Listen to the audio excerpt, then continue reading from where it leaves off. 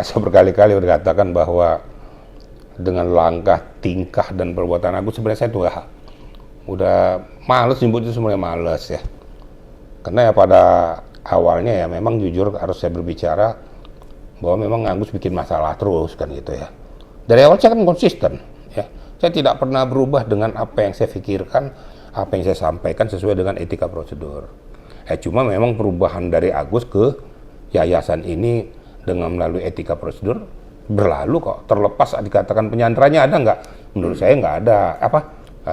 Penekanan pemerasannya nggak ada. Karena memang sesuai dengan etikanya ya beralih kan ke yayasan. Ada tanda tangan kok.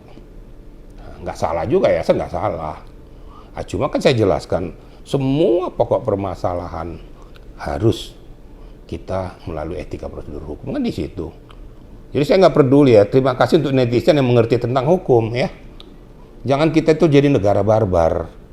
Asal nerima main hujat aja tapi nggak ngerti etika prosedur. Bayangkan kalau dikembalikan kalau saudara atau keluarga Anda mengalami seperti itu. Apakah maukah Anda itu barbar seperti itu caranya? Diperlakukan orang lain kan nggak mau juga. Nah, jadi kembalikan ke diri kita. Nah, maka saya katakan tadi, apa yang dilakukan oleh donasi saya sah-sah saja sepanjang itu melalui etika prosedur. Nah, nyatanya sekarang sedang ada gugatan sedang berjalan, daftarkan tuh. Lah, gugatan berjalan, tapi uang sudah berubah. Terus yang mau diputuskan apa? Lucu kan? Nah, kenapa tiba-tiba ini beralih? Sedangkan gugatan sedang berjalan, bahkan ditunda kalau nggak salah nih. Berarti ada antar pihak dong. Berarti mengetahui, memahami bahwa peristiwa itu memang sudah masuk ke ranah hukum, biar diputuskan oleh hukum. Nah, di luar daripada itu, ya saya tetap konsisten kekeh mengatakan itu adalah penggelapan. Nggak bisa menggelapkan donasi, itu nggak boleh. Tidak sesuai dengan etika prosedur, ada kriterianya.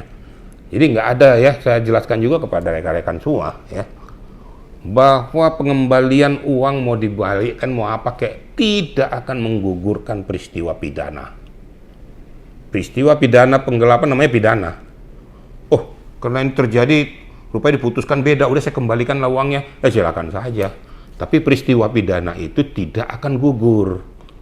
Contoh seperti tindak pidana korupsi, ya, terjadi tindak pidana korupsi, setelah diketahui, diselidiki, ternyata benar, disitakan semuanya kan, sita hartanya, pengembalian uang negara semua disita, terus dia bebas, kan enggak, pidananya tetap jalan, disanksi 15 tahun, 18 tahun, padahal udah disita barangnya semua, udah dimiskinkan loh deh, kira-kira gitu. Jadi ayolah kita berpikir lurus ya.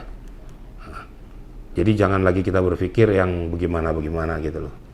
Ini yang saya maksud pada rekan-rekan media juga diluruskan masalahnya gitu ya. Kalau dikatakan apakah menurut Bapak itu berpihak kepada oknum? Saya nggak setuju, dari dulu nggak setuju. Nah, karena perjalanannya sudah dia lakukan tindakan-tindakan yang betul-betul sangat menjengkelkan lah bagi, jangankan media ataupun netizen, saya aja jengkel kok. Saya juga muak juga lihat itu. Nah, tapi juga jangan lakukan tindakan-tindakan barbar, tindakan-tindakan yang tidak sesuai dengan etika prosedur hukum. Kita negara hukum, ya, bukan negara kekuasaan. Itu yang harus perlu dipahami. Makanya saya luruskan masalah ini.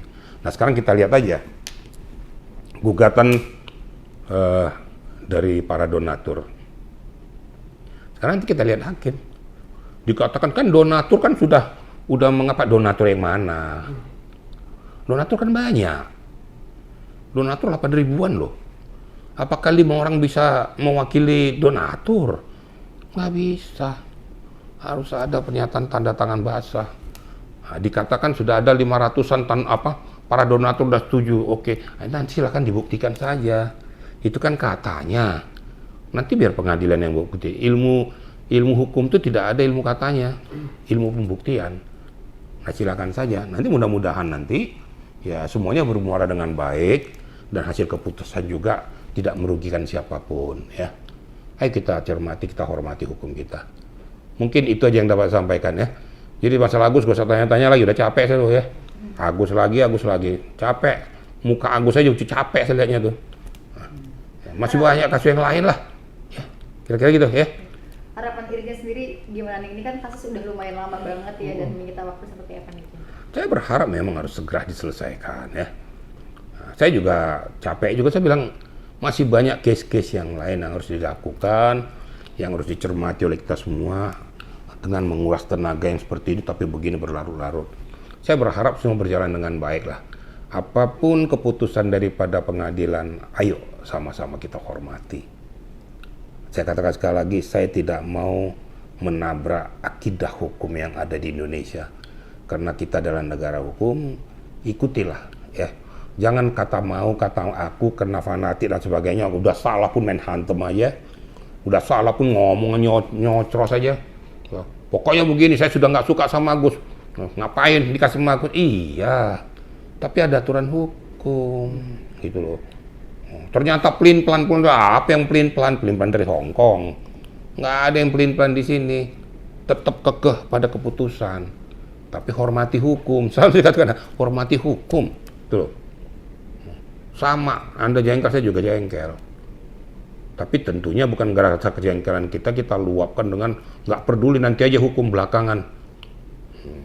Nanti kalau saudaramu terjadi kayak gitu, hukum belakangan aja. Pokoknya bunuh aja dulu gitu. Kan nggak lucu juga kan? Nanti aja hukum belakangan. Nggak bisa, negara hukum kok kita ini.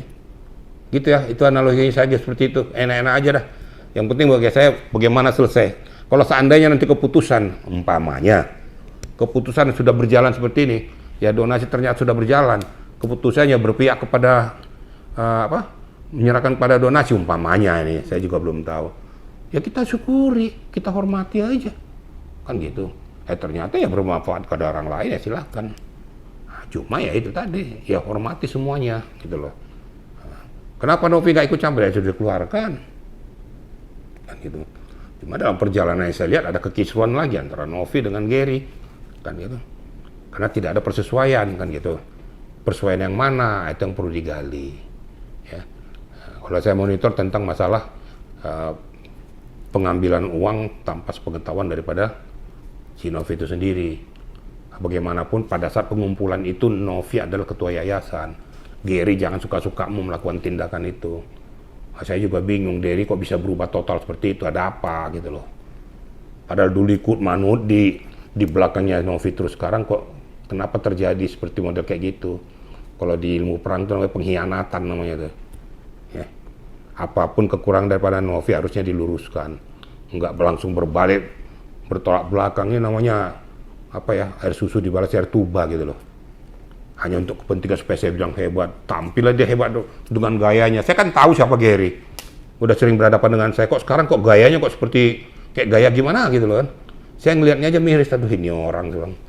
Akhirnya saya bisa menilai kelasmu apa, nah, supaya dibilang kau hebat. Padahal saya tahu kau siapa dulunya, saya tahu kau bagaimana kau mendampingi Novi terus. Nah sekarang kau coba berlawanan dengan Novi, ada catnya semua di sini, ya. Nah, dia tidak mengindahkan Novi, dan bahkan ada lagi kata-kata yang mengatakan bahwa Novi tidak pernah berbicara kayak gitu soal dia itu sendiri, tapi dia bagaimana kok bisa terjadi kok si Novi menyampaikan itu ketidaksetujuannya dengan bentuk verbal. Gitu kira-kira ya. Ada lagi nggak, Ki?